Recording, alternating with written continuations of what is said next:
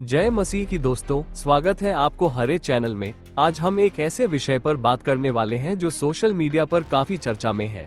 एक तरफ कुछ लोग किसी व्यक्ति को परमेश्वर का सेवक, नबी या भविष्यद्वक्ता बताते हैं, तो दूसरी तरफ उसके जीवन और कार्यों को लेकर गंभीर सवाल उठाए जाते हैं।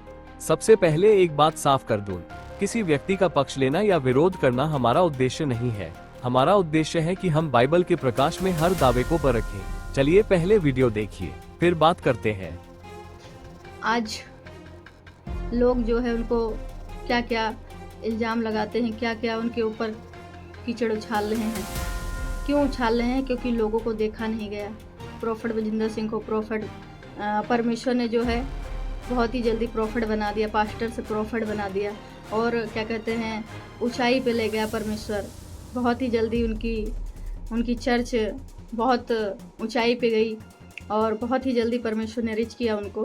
क्या चर्च की ऊंची बिल्डिंग, बड़ी भीड़ और पैसा ही परमेश्वर की मोहर है?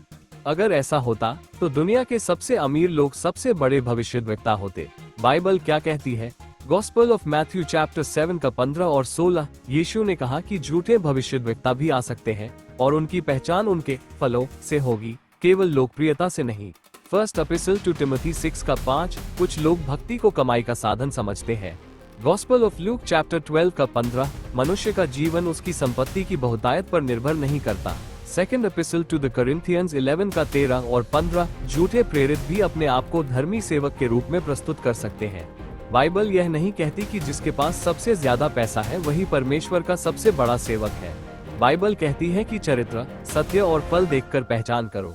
सवाल यह नहीं है कि चर्च कितना बड़ा है, सवाल यह है कि शिक्षा बाइबल के अनुसार है या नहीं। क्योंकि भीड़ सच्चाई का प्रमाण नहीं होती, सत्य सच्चाई का प्रमाण होता है। तो चलिए इस बहन की एक और वीडियो दिखाता हूँ, फिर बात करते हैं। परमेश्वर से डरो, ये तुम्हें खौलती कढ़ाई में डाल देगा ना तो तल जाओगे। बाइबल में मुझे ऐसा कोई पद नहीं मिलता जिसमें लिखा हो कि परमेश्वर गलत काम करने वालों को खौलते तेल में डालेगा। बाइबल में न्याय, दंड, नरक, आग की झील आदि का उल्लेख है, लेकिन खौलते तेल में डालने वाली भाषा कोई प्रसिद्ध बाइबल पद नहीं है। गॉस्पेल ऑफ मैथ्यू चैप्टर 25 का 46, अनंत दंड का उल्लेख। बुक ऑफ रेवलेशन चैप्टर 20 का 15, आग की झील का उल्लेख। Second epistle of Peter chapter 3 का 9, परमेश्वर के धीरज और पश्चाताप का अवसर देने की बात।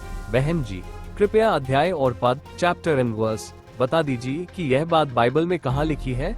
जनता पूछ रही है, बहन जी वचन दिखाए। बहन जी कह रही है, बिल्डिंग देख लीजिए।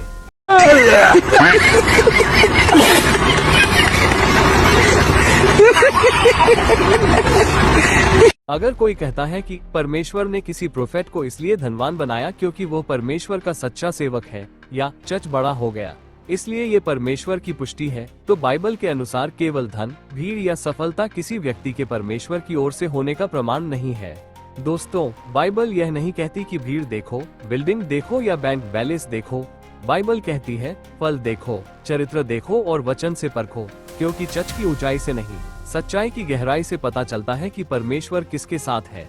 बाकी फैसला आप खुद कीजिए, वचन पर चलना है या प्रचार पर। धन्यवाद। प्रभु आपको बुद्धि और समझ दे। याद रखिए, स्वर्ग का रास्ता सीमेंट और मंजिलों से नहीं, सत्य और वचन से बनता है। इसलिए बिल्डिंग नहीं, बाइबल खोलिए। अब मैं अपने शब्दों को विराम देता हूँ। मिलते हैं नेक्स्ट वीडियो के साथ, तब तक के लिए जय मसीह की।